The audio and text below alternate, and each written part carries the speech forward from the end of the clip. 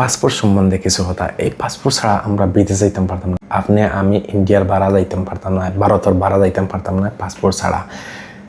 এই পাসপোর্ট এমনভাবে যত্ন করতে লাগে, যেমন চাউল ডাইল, বই খাতা কলম, ঠিক তেমনি এই পাসপোর্ট যত্ন করতে লাগে। যদি কোনো কারণবশত এই পাসপোর্ট যদি ড্যামেজ হয়ে যায়, খারাপ হয়ে যায়, বা কোনো খালি লাগিয়ে নষ্ট হয়ে যায়, বা বৃষ্টি জল লাগিয়ে নষ্ট হয়ে যায়, তখন এটার ফিজ ডবল আইব, 5,000 টাকা ফিজ আইব।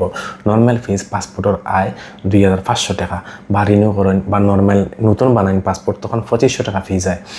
আর এটা যদি খারাপ হয়ে যায়, ড্যামেজ হয়ে যায়, জল লাগে খারাপ হয়ে যায়, তখন ফিজ আইব 5,000 টাকা।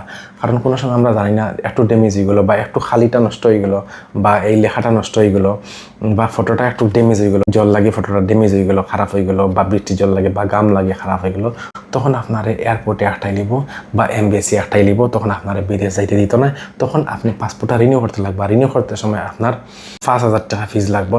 আর যখন একটাই লিব, তখন বুঝলা তো আপনার ফ্লাইটের টিকিট সব বেকার, কারণ আপনি তখন রিফান্ড পাইতে নাই। আর এই পাসপোর্টটা রিনিউ করতে 5,000 টাকা ফিস লাগে। আপনি খুব যত্ন করে পাসপোর্টটা রাখবা, যেরকম আমরা বই খাতা কলম চাউল ডাইল যেরকম যত্ন করে রাখি, ঠিক তেমনি এই পাসপোর্টটা আপনারা যত্ন করে রাখবা। আর একটা কথা, এই মূল্যবান পাসপোর্ট সম্বন্ধে আরও মানুষে জানার লাগি আপনারা এই ভিডিওটা শেয়ার মারবা, সবাই জানাইয়া দিবা। ধন্যবাদ।